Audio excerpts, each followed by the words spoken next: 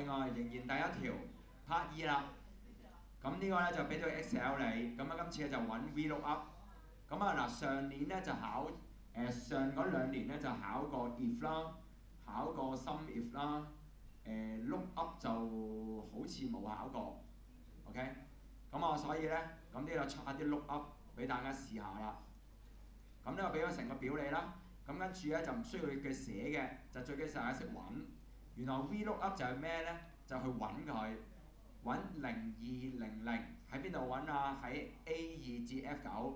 咁 A2 咧就呢度 A2 啦，呢度至到 F9，即係呢個區域裏邊去揾 去揾0200。但係記住，佢去揾咧唔係喺呢個區域裏邊揾嘅，係喺呢個範圍裏邊嘅第一個 column 揾嘅。咁所以呢個先叫做 VLOOKUP， 係 vertical 即係打洞喺成個 region 裏邊嘅第一行打洞去揾。去嘗試揾咩呢？就嘗試去揾0200啦。咁喺度揾咯喎。咁你記住啊，你做呢個動作之前咧，必須要將啲度咧成扎嘢排隊，利用 member ID 去排咗隊，你先做得。唔係排咗隊嘅話咧，佢就會揾到中間嗰啲咧就停㗎啦，佢唔會再繼續揾。跟住啊，你揾咯喎，睇下揾唔揾到0200，揾唔揾到啊？揾唔到。揾唔到咁點算咧？咁有同學仔咧就改咗啦，呢度就寫住 NA， 非常之叻。咁因為佢記得井 NA， 不過好不幸地呢個答案唔係井 NA 啊。OK， 井 NA 係話俾你聽咩？係用呢條 formula 去揾咧，係揾唔到嘢，所以佢話俾你聽井 NA。咁但係呢個揾到定揾唔到咧？咁啊擺到明揾唔到啦。咁但係點解出唔到井 NA 咧？就原因因為呢個位置。呢個3同埋個括弧之間有個位置，唔寫嘢咧。如果你有睇過碌屎咧，唔寫嘢咧就 false 定 true 咧，我都唔理㗎啦。我最緊要記得一樣嘢嘅啫，唔寫嘢咧就 approximate 接近數就得㗎啦。OK， 但係如果係有寫嘢咧，就 PP 即係 comma 咩啊？唔係，得1同埋0俾你揀嘅啫。咁點咧？0就係咩啊？就係要 except。如果你用 comma 0咧就 except，comma 1咧就 approximate。咁所以啦，呢個今次冇啊嘛，冇即係 approximate。咁 approximate 點算咧？0200肯定大過佢啦，但又細過佢喎。咁啊攞個細定攞個大咧？講錯咗，0200喎，應該呢兩個之間。咁兩個之間應該攞上邊定攞下面咧？係攞細啲嗰個。咁啊，所以咧佢攞咗出嚟嗰個咧就132。OK， 咁132咧就係 Daniel 嚟嘅，唔係，係攞細嗰個，唔係最近嗰個，細嗰個，只有細冇大，掂唔掂？例如俾個好簡單嘅例子俾你，呢個就係你如果你攞到214分咧，你就攞 Level 5啦。如果你攞132分咧，你就攞 Level 4。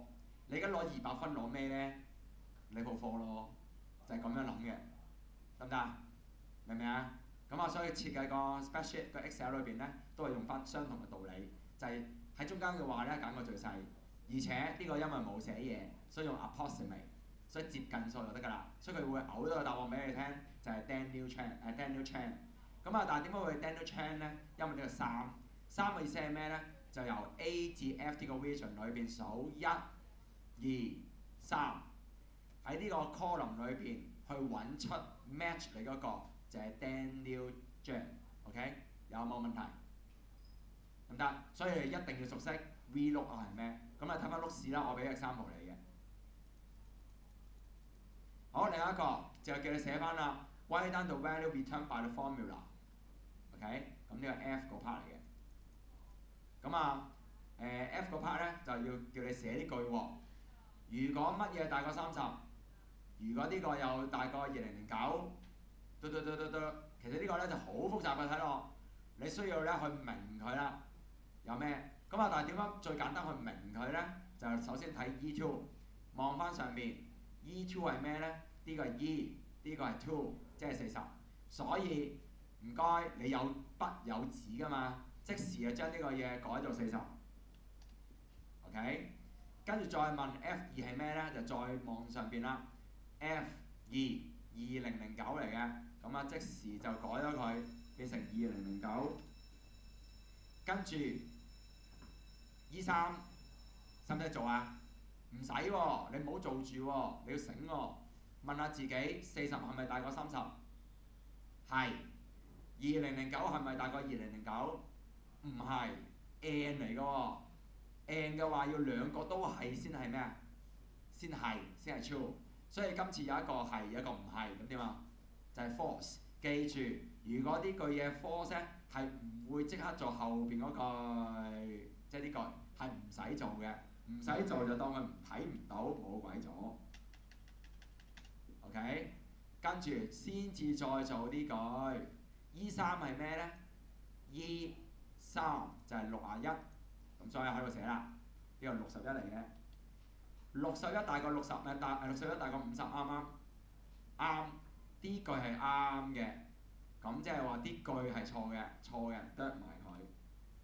跟住再問自己 E4 52嚟嘅，咁所以啦，52係咪大過50啊？係，咁就係咯，呢個就唯一答案啦。所以答案 boy， 掂唔掂？得唔得？嗱，所以你有筆嘅，但係最好唔好用圓珠筆，你用鉛筆喺隔離寫低啲數字，寫完晒 trace 下，哦揾到 B 啦，都唔好咁有信心寫 B， 再 trace 多次睇下有冇錯，都冇錯，你先寫 B， 咁就肯定啱㗎啦，掂唔掂 ？OK， 好到 G 啦。G 係會點解咧？叫你寫翻一條 formula 出嚟，可以 return 翻個 total points， 跟得 by the members with 個 registration year 咧係2009。咁啊嗱，點樣可以寫到？望翻上面個呢度啦。如果係2009嘅話咧，你就可以將呢啲分數加晒。其實就考緊你個分數，就係原來俾埋你嘅。點樣知咧？好簡單嘅啫，就係話佢而家想揾咩㗎 ？total。當你一諗 total， 你就諗咩？深，但係啦，唔係嘢都深嘅喎，佢必須要咧等於2009，跟住問翻你自己中意學過咩啊 ？Pascal， 中意 Form 2就係 if then else， 雖然係呢個 condition 嚟嘅，所以啦心裏邊又諗 total 即係深，跟住呢啲要等於嘅話先做，唔做就唔係等於就唔做 if 嚟嘅，跟住你抄個表有個咩啊？有個 sum if。咁所以原來呢個答案咧就係 sum if 啦。sum if 咧你要考下你個 syntax 喎。sum if 係咩咧？佢話會將呢個 sum 嘅，將邊啲咩 sum 啊？佢會將 D 度 sum 晒佢。呢個叫做 E2 至 E9。OK sum 晒佢。不過唔係嘢都要 sum 嘅喎。原來佢有啲 condition 嘅，所以原來 condition 行先嘅。咩行先啊？佢必須要 D 一段全部。如果係2009咧先至深，咁所以啦，呢個咧就話俾人聽邊一段嘢要等於2009先會深，得唔得？有冇問題？咁啊，如果發覺佢2009咧先至攞出嚟深，唔係嘅話就唔深，咁呢個叫做深滅。詳情睇之前俾你嘅碌屎有講嘅。OK， 嗱記住，嗱呢條第一條完㗎啦，記住。公開考試咧會考你 Word， 會考你 Excel， 會考你 Database， 會考你PowerPoint， 再考埋你 OLE， 即係 Object Linking and Embedding 幾樣嘢炒埋一碟變成一條長題目。OK， 記住佢專考一啲你 lower form 唔應該識嘅嘢。OK， 所以啦，專考一啲咩 if 啊、sum if 啊、VLOOKUP 啊，如此類推嗰啲嘢。所以啦，我俾你嗰個嘢裏邊咧，你自己熟讀下啲 formula、啲 format 啦，如此類推。嗱，我俾你個表咧係跟足你而家考嗰份卷，俾你個表要考嗰啲 command。佢俾得你嘅話咧，你應該識嗰啲 command 嘅，點唔點？有冇問題 ？OK， 咁呢個解決咗第一條。